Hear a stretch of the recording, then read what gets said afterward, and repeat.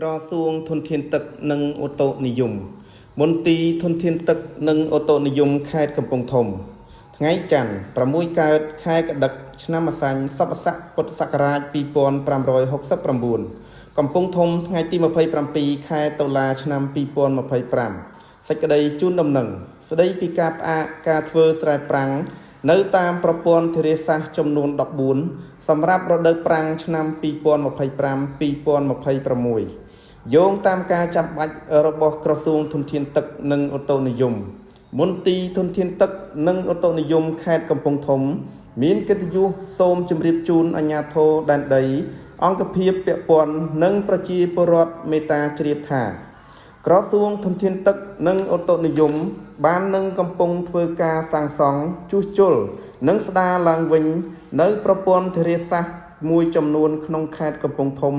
ដែលធ្វើឲ្យប៉ះពាល់ដល់ដំណើរការផ្គត់ផ្គង់ទឹកធ្វើស្រែប្រាំងរបស់ប្រជាពលរដ្ឋ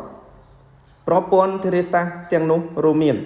1. ទំនប់អាងទឹកដងកំបិតឃុំដងកំបិតស្រុកសណ្ដាន់ 2. សំណង់ស្ទាក់ទឹកកំពង់គោឃុំកំពង់គោស្រុកកំពង់ស្វាយ 3. ប្រឡាយមេស្ទឹងស្លាប់ឃុំត្បូងក្រពើស្រុកសន្ទុក 4. ប្រឡាយមេអូដូនពៅសង្កាត់ស្រយើក្រុងស្ទឹងសែន 5. ប្រឡាយរលុះសង្កាត់អូកន្ធរក្រុងស្ទឹងសែន 6. ប្រព័ន្ធធារាសាស្ត្រស្ទឹងជានិតខាងត្បូងស្រុកបារាយនិងស្រុកតាំងគោក 7. ប្រព័ន្ធធារាសាស្ត្រឫស្សីឡឃុំស្វាយភ្លើងស្រុកតាំងគោក 8. សំណង់ស្ទាក់ទឹកបន្ទាយស្ទងឃុំបន្ទាយស្ទងស្រុកស្ទង 9. ប្រឡាយរងបន្ទាយស្ទងឃុំបន្ទាយស្ទងស្រុកស្ទង 10. ប្រឡាយមេកងមាសឃុំចុងដូងស្រុកបារាយ 11. ប្រព័ន្ធធារាសាស្ត្រអូអូតឃុំផាន់ញើមស្រុកប្រាសាទបាឡាំង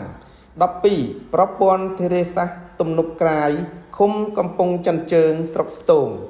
13. ប្រឡាយកំពង់ពុត្រាសង្កាត់ស្រយើក្រុងស្ទឹងសែន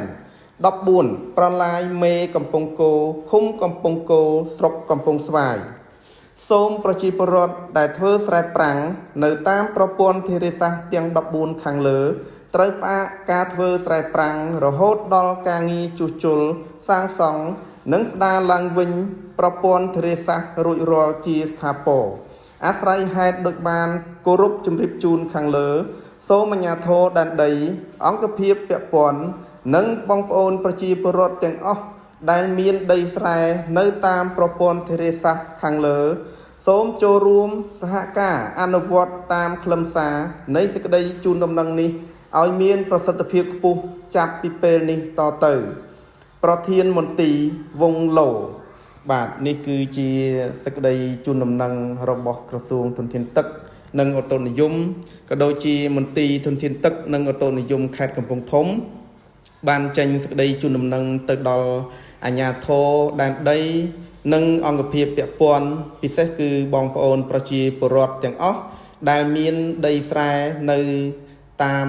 ប្រព័ន្ធធារាសាស្ត្រទាំង14ខាងលើនៅក្នុងខេត្តកំពង់ធំសូម